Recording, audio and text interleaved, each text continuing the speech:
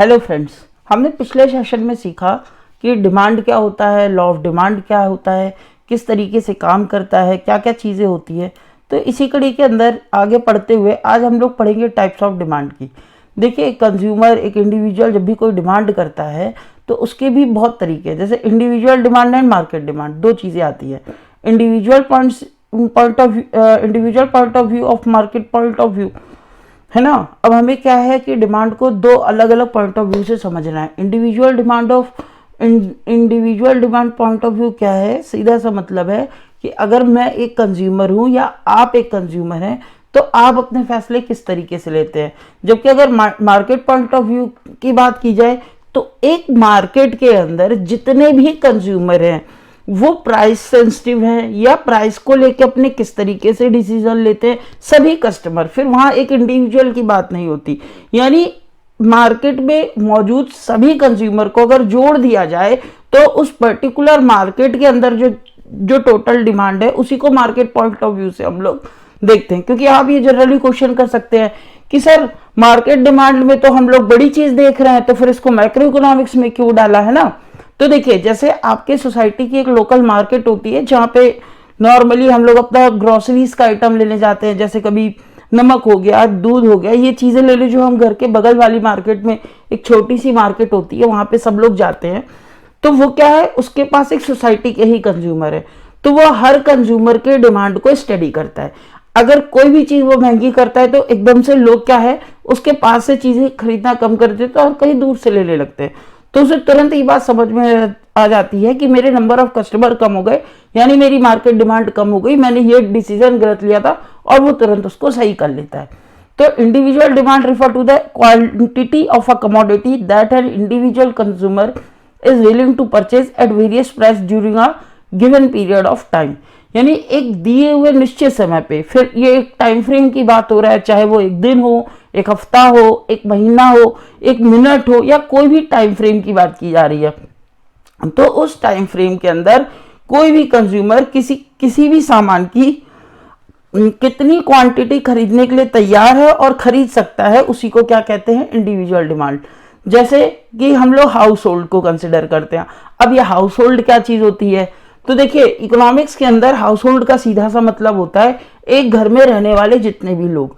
अब उन लोगों की कोई भी जरूरत होगी, मार्केट कोई भी आ सकता है, कभी बच्चा भी आ सकता है, कभी पिताजी आएंगे, कभी वहां की माताजी आ जाए, बहू रानी हो, कोई भी आ सकता है उस घर का। लेकिन जो भी सामान उस घर में जाएगा उसको एक हाउस होल्ड की तरह इंडिविजुअल कंज्यूमर में हम लोग काउंट करेंगे। मार्केट डिमांड क्या होती है, market demand refer to the total quantity of a commodity that all the household are willing to buy at various price during a given period of time. मोहल्ले में जितने भी घर हैं, सभी घरों में परिवार रहते हैं, सभी परिवार वाले सामान मेरी दुकान से लेने आते हैं, मेरी पड़ोस में एक दुकान है, तो सभी घरों की कुल डिमांड जो मेरी दुकान से होती है वही क्या है, वही मेरे लिए मार्केट डिमांड है। जैसे the total quantity of milk which all the buyer are willing to buy at a given price per day in the market demand of a milk. जैसे अगर दूध की बात की जाए, यानी मिल्क की बात की जाए, तो मिल्क क्या है, कितने कंज्यूमर मिलकर मिल्क को एक दिन में खरीदेंगे, वो मिल्क की मार्केट डिमांड है। यानी जैसे बिस्किट है तो एक दिन में कितने कंज्यूमर मिलकर मेरा बिस्किट खरीद लेते हैं, वो उस प्रोडक्ट के लिए उसकी मार्केट डिमांड है। फिर वो कहीं पे भी बिक सकता है। इसी तरह हर कंपनी अपने अलग अलग प्रोडक्ट का मार्केट डिमांड निकालती है। अब यहाँ दो चीज आती है। दूसरा टाइप होता है डिमांड का एक्स आंटे और ex post. Ex ante demand refer to the amount of good that consumer want to or willing to buy during a particular time period। यानी एक समय पे तुरंत जो कंज्यूमर खरीदना चाहता है और खरीद लेता है गुड, उसको क्या कहते हैं, एक्स आंटे कहते हैं। It is plan of desired amount of demand. ध्यान रखिएगा, एक्स आंटे डिमांड का मतलब सीधा सा होता है, जब क्या है, हम लोग कोई चीज चाहते हैं खरीदना, हम तैयार हैं खरीदने के लिए, लेकिन अभी खरीद नहीं रहे हैं। क्योंकि अगर हमने उसको तुरंत खरीद लिया मार्केट में जाके, तो वो क्या बन जाएगा, वो एक्सपोस्ट बन जाएगा।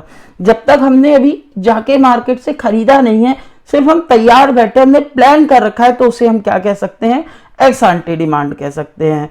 Ex post demand refer to the amount of good that the consumer actually purchase during a specific time period, यानी एक निश्चित समय पे जो कंज्यूमर मार्केट में जाके कोई सामान खरीद रहा है या खरीद लेता है, उसी को कहते हैं एक्सपोज डिमांड। ये दोनों ही इंपॉर्टेंट टर्म्स हैं, क्योंकि जब हम लोग मैक्रो इकोनॉमिक्स के अंदर कीन्स थ्योरी को हम लोग पढ़ेंगे, जहां पे हम लोग कंज्यूमर के इनकम के भी बाइफर्केशंस पढ़ेंगे, तो वहां पे ये हमें बहुत हेल्प करने वाला है। तो इस कॉन्सेप्ट को आप अपने माइंड में बनाए रखिएगा, क्योंकि जब मैक्रो इकोनॉमिक्स हम पढ़ रहे होंगे तो इस पे हम और डीप डाउन में स्टडी करेंगे। It is the good actually bot, यानी ये वो सामान है जो एक्चुअल में खरीदा जा रहा है। If the commodity is not available in adequate quantity, the quantity actually purchase will be less than the quantity that the consumer desire to purchase. अब सोच के देखिए, आप चाहते थे कि आप 5 किलो चीनी मंगा लेंगे बगल वाले परचून की दुकान से, लेकिन हुआ क्या, जब आप परचून की दुकान पे गए तो परचून वाले के पास तो केवल 1 किलो चीनी अवेलेबल थी। तो आप 5 किलो तो सोच के आए हैं ना, डिजायर करके आए हैं, प्लान करके आए हैं, पैसा भी लेके आए हैं, लेकिन जब है ही नहीं तो लोगे कहां से भैया। तो जो लोगे, जो वो 1 किलो लोगे, वो क्या हो गई, एक्सपोज डिमांड हो गई। और जो प्लान करके आए थे 5 किलो, वो क्या थी, वो एक्स आंटी थी। ठीक है।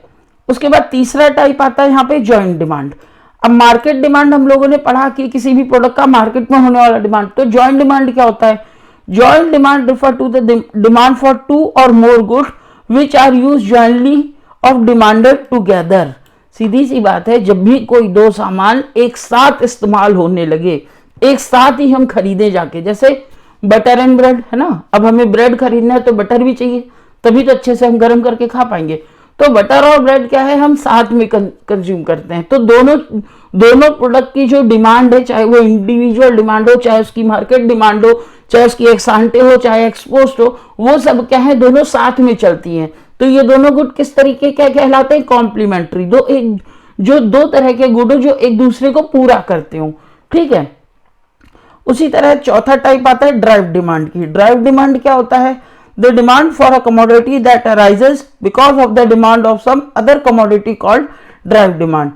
Obviously जब किसी और प्रोडक्ट के कारण, यानी किसी और प्रोडक्ट के प्राइस में चेंज आया, इसलिए आपने वो वाला सामान खरीद लिया, तो उसको क्या कहेंगे, ड्राइव डिमांड। जैसे एग्जांपल देख लीजिए, demand for steel, brick, cement, stone, would etcetera drive from the demand of house and other building.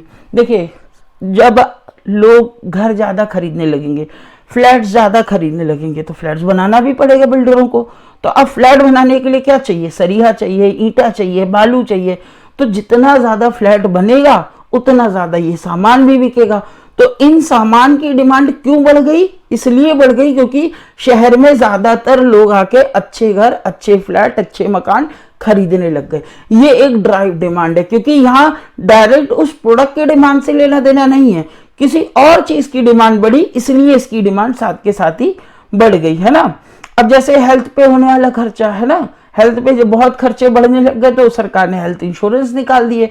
जब लोगों को इंश्योरेंस की इंपॉर्टेंस लगी तो लोग इंश्योरेंस कराने गए। तो अब अलग अलग चीजों की हो गई, है ना। हेल्थ टर्म लाइफ इंश्योरेंस ले लीजिए, लॉन्ग लाइफ इंश्योरेंस ले लीजिए, LIC ले लीजिए, बीमा ले लीजिए, कार इंश्योरेंस ले लीजिए, एक्सीडेंटल इंश्योरेंस, फायर इंश्योरेंस, कई तरह के इंश्योरेंस। तो जब इंश्योरेंस की नीड बढ़ी तो फिर सारे ही तरह के इंश्योरेंस बढ़ने लग गए। इसी को हम लोग कह सकते हैं ड्राइव डिमांड। अगला टाइप है composite demand. Demand for good that have multiple uses is called composite demand. ऐसा कोई सामान जिसको आप कई अलग अलग यूज के लिए खरीद रहे हो, कई तरीके का इस्तेमाल करते हो।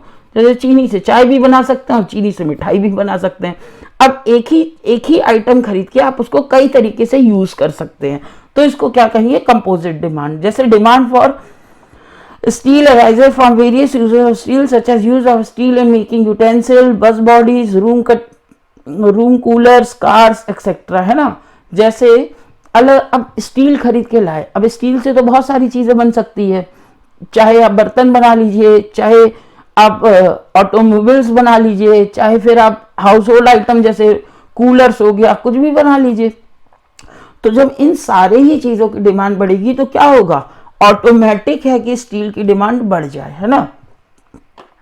And increase in the demand for a product is one use decrease its availability for another use. अब यहाँ ध्यान देने वाली बात यह है कि अगर कोई प्रोडक्ट है उसके कंपोजिट डिमांड है, यानी उसके कई कई यूजेस हैं। अगर एक यूज में उस चीज का डिमांड ज्यादा होने लगता है तो बाकी यूजर्स के लिए वो महंगी हो जाती है, क्योंकि वो अवेलेबल ही नहीं रह पाती मार्केट के अंदर। जैसे अब आलू है, आलू सस्ता चल रहा है, अभी मान लीजिए कोई चिप्स कंपनी आ जाए और बल्क में आलू चिप्स बनाने के लिए खरीदने लगे, तो क्या होगा, मार्केट में आलू की शॉर्टेज हो जाएगी, जिसकी वजह से क्या होगा, सबको डिजायर्ड क्वांटिटी के हिसाब से आलू अवेलेबल नहीं हो पाएगा, है ना। उसी तरह एक और एग्जांपल है, increase in the demand of electricity for domestic use will reduce the availability electricity for commercial use. Obviously अगर घरों में हम एसी ज्यादा यूज करेंगे, कूलर ज्यादा यूज करेंगे, अगर हम बिजली का इस्तेमाल घरों में ही ज़्यादा करने लग जाएंगे तो फैक्ट्रियों चलाने के लिए, कॉमर्शियल पर्पस के लिए क्या होगा, हमारे पास इलेक्ट्रिसिटी की शॉर्टेज आएगी, जिसकी वजह से क्या होगा, बार बार लाइट काटनी पड़ेगी। तो अब आपको एक और चीज़ समझ में आई होगी कि क्यों पहले गांवों में ज़्यादातर क्या होता था, लाइट काट दी जाती थी। उसका रीज़न यही था कि कॉमर्शियल यूज़ के लिए ज़्यादा देना है हमें, ताकि हमारा इकोनॉमी तेजी से रन कर पाए और हाउस होल्ड का कंजम्पशन कम रखना है। लेकिन अब धीरे धीरे इकोनॉमी को और आगे बढ़ाना है, तो अब समझ में आया कंपनियों को, सिर्फ सामान बनाने के लिए आप बिजली मत यूज करिए, लोगों के घरों में भी बिजली आने दीजिए, क्योंकि सारी चीजों की डिमांड आपस में जुड़ी हुई है। जब तक हाउस होल्ड निकल के आके सामान खरीदेगा नहीं, तब तक बना के करोगे क्या। तो इसी तरीके से अब धीरे धीरे चीजें और सही होती जा रही हैं। तो अगले लेक्चर में हम लोग पढ़ेंगे डिटर्मिनेंट्स ऑफ डिमांड। तब तक के लिए बने रहिएगा। आज के लिए इतना ही, मिलते हैं अगले सेशन में।